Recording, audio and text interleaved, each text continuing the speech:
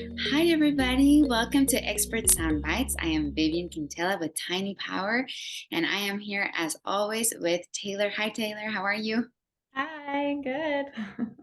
Good. We're so excited to have with us one of our favorite parenting experts. Her name is Lexi Bradley, and she has been a family therapist with over 12 years of experience. She has a master's in psychology, and she focuses on um, conscious and gentle parenting. We're so excited to have you here, Lexi. How are you? Thank you. I'm so excited to be here. Well, thank you. We're going to dive in. We're going to talk about one of your specific posts that I was actually looking through. Um, And you talked about the different phases of development in children. And my question to you is, out of all these phases, which one is the one where they develop a strong sense of self-worth, of and also how can we support this one phase? Absolutely. So, in that post that you're referring to, I was talking about the different phases of development and what children need to hear and feel in those phases in order to master them and successfully move on to the next phase. And the phase you're talking about is what we call the identity phase, which is the 3 to 6 year age group. This phase is called the identity phase because from 3 onwards, it's the first time children are really starting to experience themselves as separate from their caregivers. It's the first time they venture out away from us into environments like preschools where we're not there to scaffold their behavior.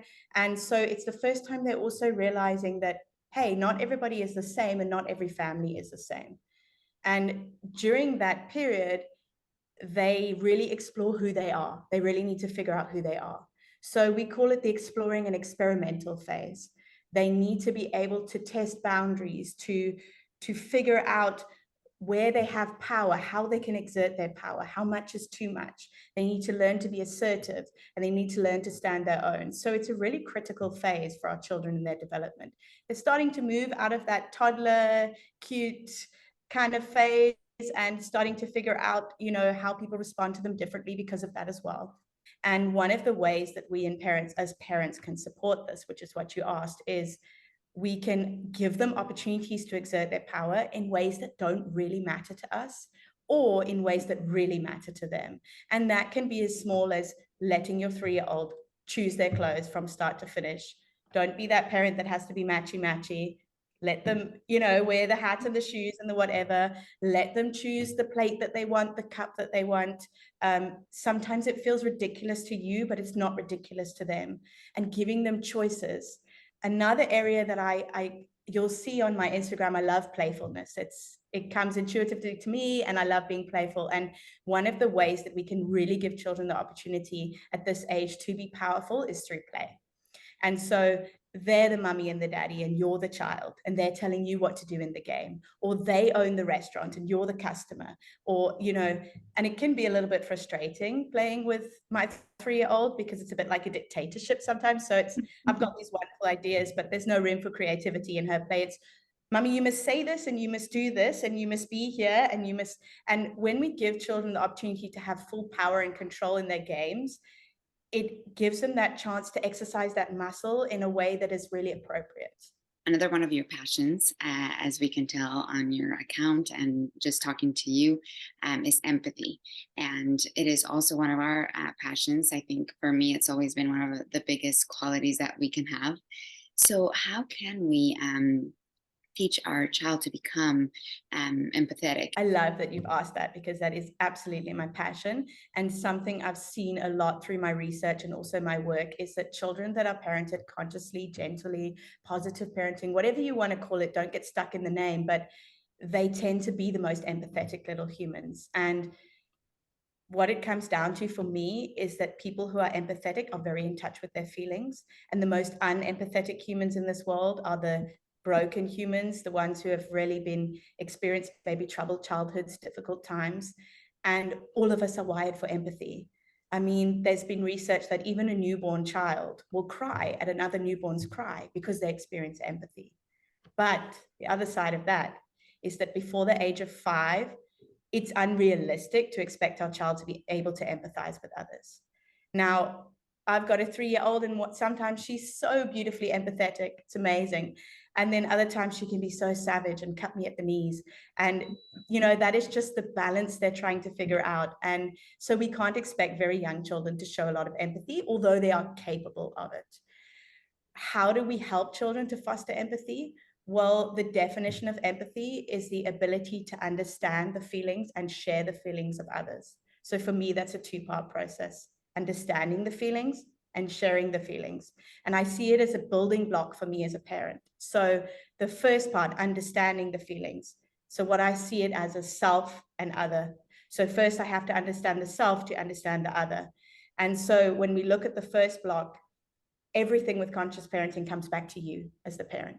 If I can understand my feelings and be self-aware enough, and let's assume I've done the work and I am self-aware, now the first step is to help the child understand the self. And the way that we do that is through framing their feelings for them. So not telling them how they feel, but observing and being in tune with your child and realizing that even the small baby who's reaching for the toy that they can't reach because they just can't quite crawl yet, and we can go like, oh, it's so frustrating, you can't reach the toy and you're almost there, and oh, it's so frustrating, and show our empathy. And now they start to, okay, this word is frustrated. Now they don't do that at that age. But as we do this time and time again, they develop the idea that, okay, this feeling that I have, this is called frustration. This is called anger. And as they get older, we can check in with them and they can say, no, mommy, I'm not frustrated. I'm feeling anxious or whatever it is. And the other thing we can do to help children with understanding their feelings is to teach them to understand our feelings.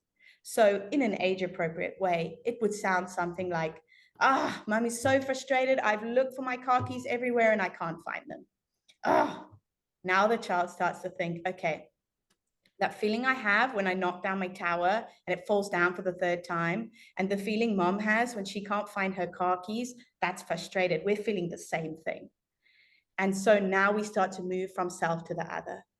I love the idea of them being able to understand a feeling, to be able to know what somebody else is feeling, which is empathy. And so, thank you so much for that. Really, I really. do want to add something on that. Sorry to Yes. interrupt you because it's really important to me, is the link between empathy and boundaries, because I have a child that's an empath, and one of the things that is really important to teach her also is that just because we experience empathy and we're raising very empathetic children does not mean they shouldn't have boundaries. So we understand that the child that's bullying us at school is being shouted at every day by their parents, and we feel sorry for them, which is not empathy, that's sympathy, but we still don't accept their behavior. So it's still not okay that they speak to us in a certain way. And I think that's the next line of the thread for us as parents. That's important. I'm glad that you added that. Thank you. Yes, thank you so much. So for this last part, we have a segment called the Tiny 10. And so that in that, we want you to tell us in 10 seconds what you think makes a child powerful. Okay, I actually wanted to read this because I think it's really important to get the wording right. So I think it's the opportunity to feel safe, to explore, to experiment, and to fully discover who they are without the burden of the expectation or shame from the parent. Wow, I love that so much. Thank you so much. Everything you said was so great. So we really appreciate you being here. And then just for our listeners, if you could tell us or tell them how they can get connected with you. Yeah, so I've just started a YouTube channel, still learning about that, but I have an Instagram page called The Connected Parent, _connected_parent, and you can check out some more of my videos there. Perfect. Thank you so much, Lexi. We Yes. really appreciate you being here. Thank you. I've really enjoyed the opportunity to share things.